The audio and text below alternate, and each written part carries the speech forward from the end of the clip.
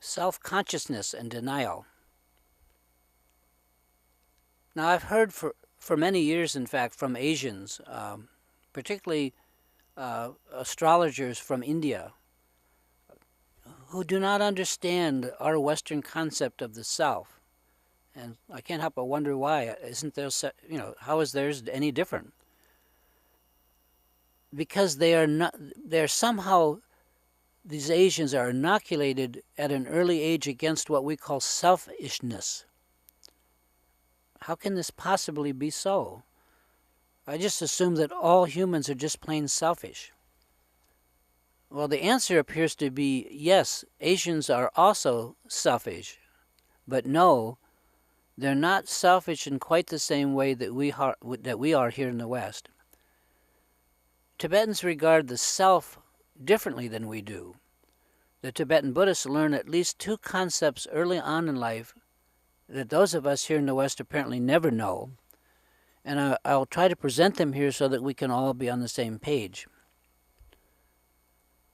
The Buddhists emphatically teach that the self is a pure composite, a personality that we pull around ourselves like a cloak, made entirely out of our own likes and dislikes, our habits and experience. The self is our servant, but not our master. At least that's the way it's supposed to be. After all, we created what it is composed of entirely. Now, how this master-servant order reverses itself on our mind takes a lot of looking at. So let's just agree for now that somehow it does. Like the old Marxist axiom, the master becomes dependent on the work of the servant, and thus servants become masters in their own way. Of course, that's what self-control or self-mastery is all about. Not that I've ever been able to achieve much of it. It's more common for the self and our selfishness to master us, at least a lot of the time. We allow ourselves to master us, and we end up serving it rather than it us. It would be kind of humorous if it were not so obstructive. The Buddhists actually teach that although we all have a self, and they say we always will, what makes up our particular self has no true or permanent existence. We have no such teaching here in the West, and no one pointing out to us that the self is an ever-changing fabrication that we ourselves create, made up entirely of whatever currently most has our interest. And even worse, we easily fall into the habit of taking the personal self, ourself, as the main vantage point or lens through which we view our entire life. And this is kind of key.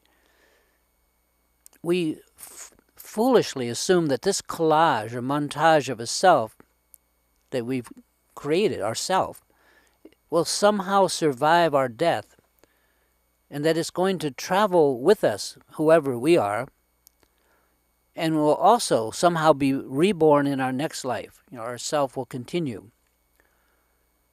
Now, this is problematical because the personal self, for all practical purposes, dissolves and is left behind when we die. I mean, it's all dressed up with nowhere to go. And this very simple mistaking the self for who we in our essence are, leads to obviously a fierce fear of dying and death on our part. If we painstakingly search through our entire self, bit by bit, we will not be able to find a center or a kernel on which the self rests. There's not, there is none, and there's nobody there, Because like an onion, the self consists only of layer on layer of the various things that we are attached to, both positively and negatively, our likes and dislikes. In other words, the self is not our awareness. And this should be patently clear by just noting that we are or can be self-conscious, as in we can be very much aware of ourself. If the self was our spirit, it would be aware of us, but it's the other way around. Our awareness is aware of the self, and we are sometimes conscious of the self, self-conscious. So we need to do a little transfer of identity here, because we are the awareness that's aware of the self, or not the self. The self has no awareness of us. You have to sort out the baby and not the bathwater.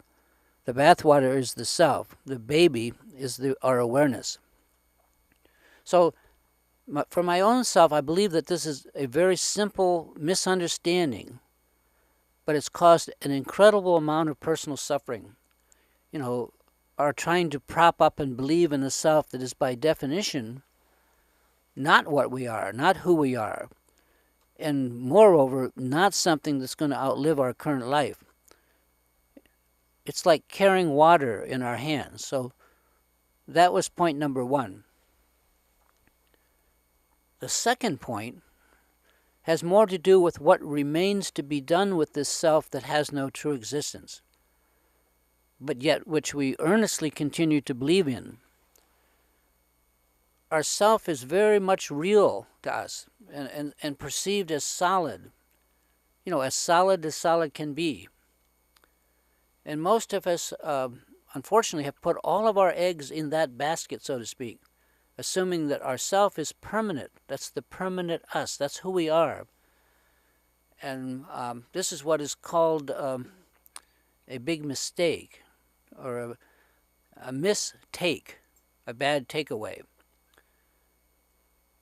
And the simple fact is that we just got it wrong, and we have yet to get it right. To get it right, to do this, we must somehow transfer our consciousness, our vantage point, from identifying with, from looking through the lens of the self at life, instead to identifying with the awareness that, as I mentioned earlier, is aware of that self. It's the same awareness that allows us to be self-conscious, as I mentioned. However, before we can do that, we each have to recognize the self for what it is.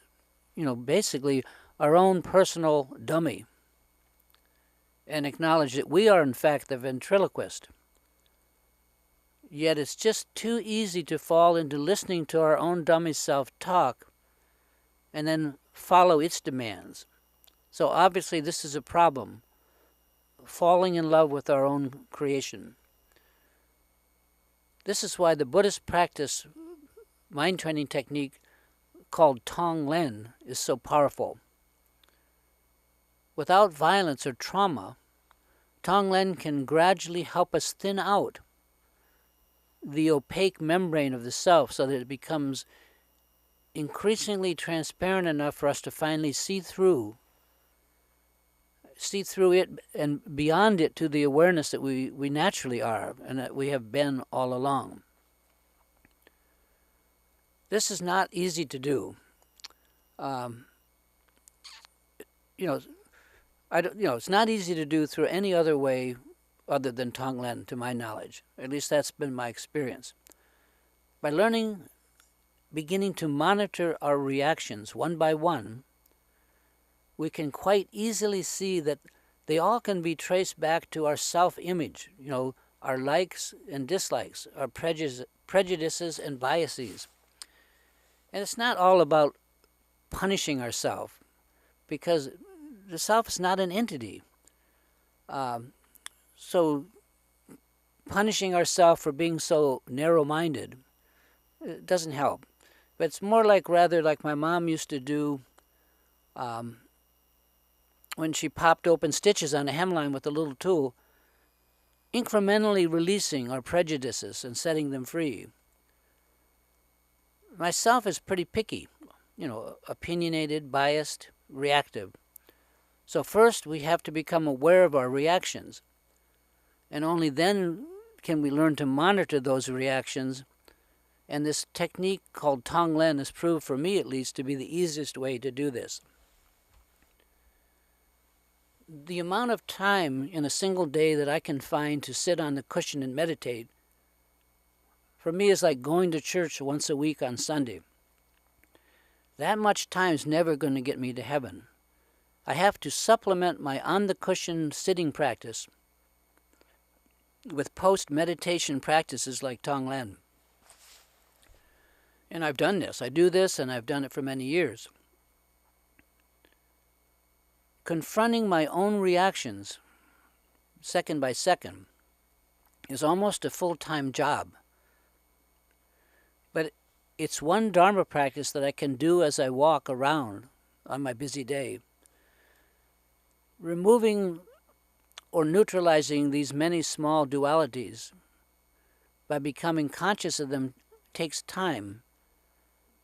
But with this in mind, I can log many hours each day with Tonglen, and that's just what is needed in terms of the amount of practice that we each must do. Dharma practice and then Dharma meditation finally must become our full-time job, even while we work our regular jobs. So I've done my best to point out some of the benefits of Tonglen, this practice.